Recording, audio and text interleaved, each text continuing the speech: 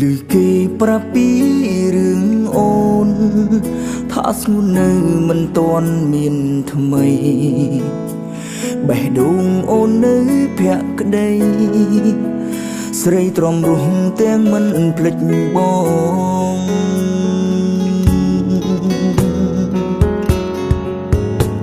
គេថាអូននៅដូចមុននៅទន់ភ្លន់ដូចគ្រាកន្លងនៅតែរំលឹកពីបងលឺម្ដងទ្រូងបងស្ទើរបែ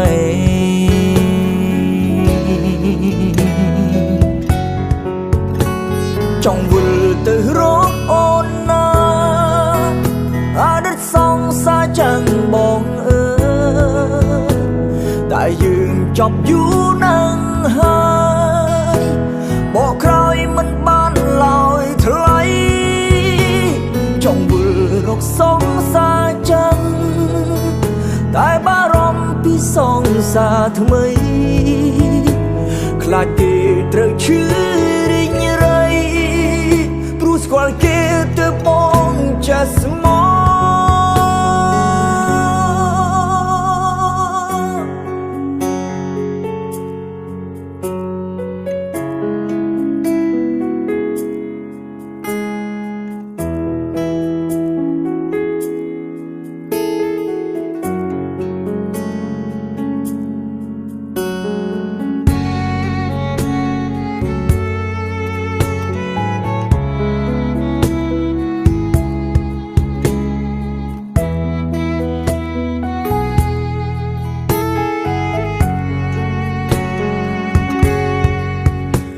ឮគេប្រាប់ពី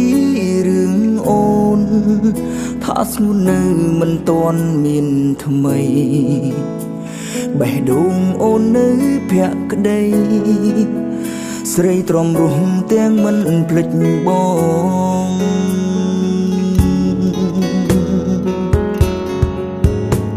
គេថាអូននៅដូចមុននៅទន់ភ្លន់ដូចគ្រាកន្លងនៅតែរំលឹកពីបងលឺម្ដងទ្រូងបងស្ទើរបែ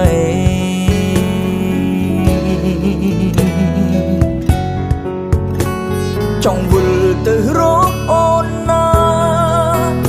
អតីតសង្សារចឹងបងអើយតែយើងចប់យូរណាស់ហើយបកក្រោយមិនបានឡើយថ្លៃចង់វិលរកសង្សារចឹងតែបារម្ភពីសង្សារថ្មីខ្លាចគេត្រូវឈឺរីងរៃ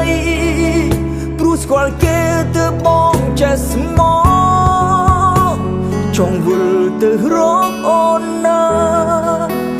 អតីតសង្សារចឹងបងអើយតែយើងចប់យូរណាស់ហើយបកក្រោយមិនបានឡើយថ្លៃចង់វិលរកសង្សារចាតែបារម្ភពីសង្សារថ្មីខ្លាចគេត្រូវឈឺរីងរៃព្រោះស្គាល់គេទៅបងចេះស្មោព្រោះស្គាល់គេ